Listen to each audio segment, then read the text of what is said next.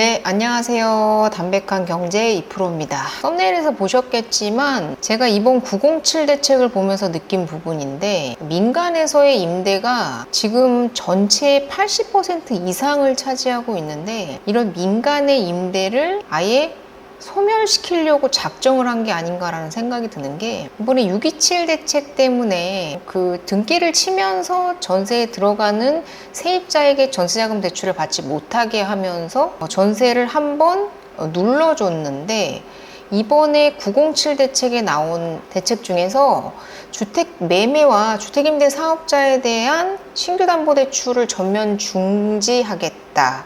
그래서 LTV 제로로 만들었거든요. 그러니까 임대사업자에게 대출을 못 받게 하겠다라는 것이, 뭐 기본적인 부분은 이제 사업자 대출이라고 해가지고 꼼수처럼 활용이 되는 건데, 예를 들면 준주택인 오피스텔 같은 경우에는 부가세를 환급을 받고 일반 임대사업자로 등록을 하면 임대사업을 할 수 있는 그런 일반 임대사업자로 등록을 할 수가 있는데, 이런 경우에는 사업자 대출을 받을 수가 있어요.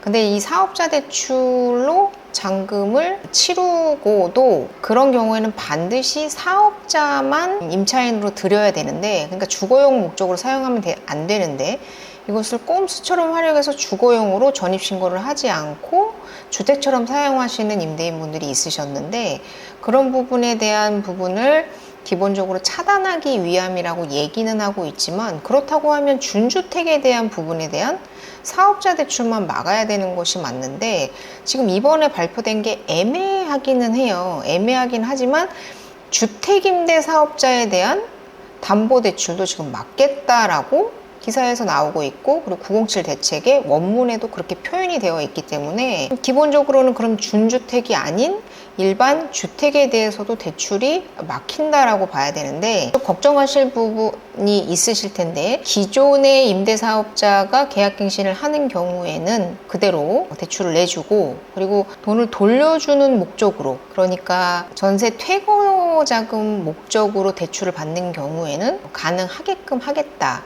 라고 얘기를 하기는 하고 있어요. 그러니까 임차인이 돈을 돌려받는 데 있어서 문제가 되게끔 하지는 않겠다라고 얘기는 하고 있지만, 신규 담보대출에 대해서는 규제를 하겠다라고 얘기를 하는 부분이거든요. 그러면 대체 누가, 어떤 임대인께서 임대 사업자를 할 것이냐.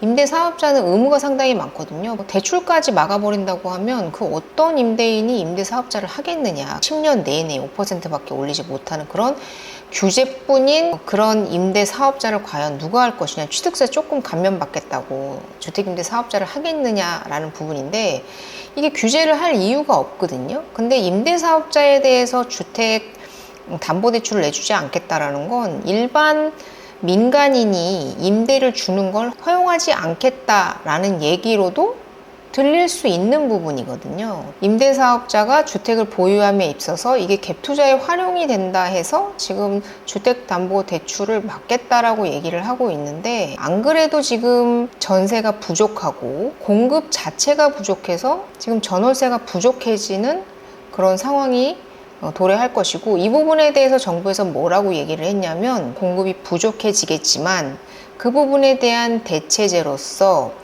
정부에서 공공임대주택을 많이 지을 것이라는 것에 대한 대안을 내놓은 것에 대한 부분을 참작해 줬으면 좋겠다라고 얘기를 하고 있어요. 그러니까 결론적으로 민간에서 임대하고 있는 것을 공공임대로 차차 전환하겠다라는 그런 개념으로 보여지거든요. 이게 빈부의 격차를 상당히 심화시키는 게요, 이제 공공임대주택이 많아지면 사실 공공임대주택에 거주하시는 분들의 주거비에 대한 안정성은 조금 높아지겠죠. 아무래도 국가적인 차원에서 관리를 할 테니까요. 근데 이런 재원에 대한 조달 부분에서 생각을 해본다면, 공공주택에 대한 건설이나 운영 부분, 관리 유지 비용까지 생각을 해본다면 막대한 비용이 들어가는 것은 당연한 부분이죠. 그렇기 때문에 세수 증가가 반드시 필요한 부분인데, 우리나라로 따지면 서초, 강남, 송파의 메인 지역에 공공임대주택이 들어오기는 힘들죠. 왜냐하면 이미 개인 자산으로, 거의 중심 지역 같은 경우에는 개인이 소유하고 있는 개인 자산으로 보유하고 있는 상황이기 때문에 이거를 강제로 국가에서 뺏지 않고서는 이 개인 자산을 공공화할 수는 없기 때문에 보통 공공임대주택 같은 경우에는 서울, 경기, 인천 외곽 지역에 자리 잡을 가능성이 높다라고 판단을 한다면 자산을 형성하지 못한 그런 저소득층의 경우에는 이 공공임대 외곽 지역, 그러니까 서울, 경기도, 인천 그 외곽 지역으로 밀려나면서 저가의 공공임대 주택에 살게 되는 그런 빈부의 격차가 상당히 심해질 거라는 거죠.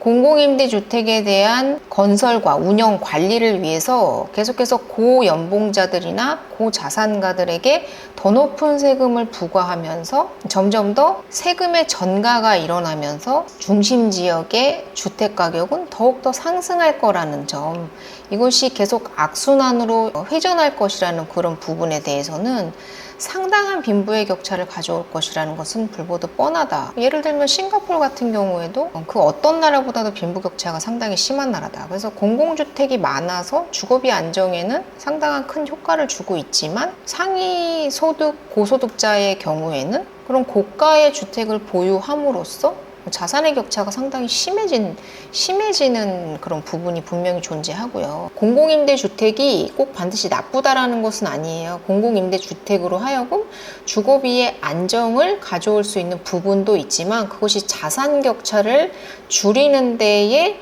큰 역할을 하지는 못한다라는 점을 말씀드리고 싶은 부분이고, 이 가난을 그냥 방치하는 것과 다름없다라고 생각을 하는 거거든요. 미래를 준비해야 되지 않을까요?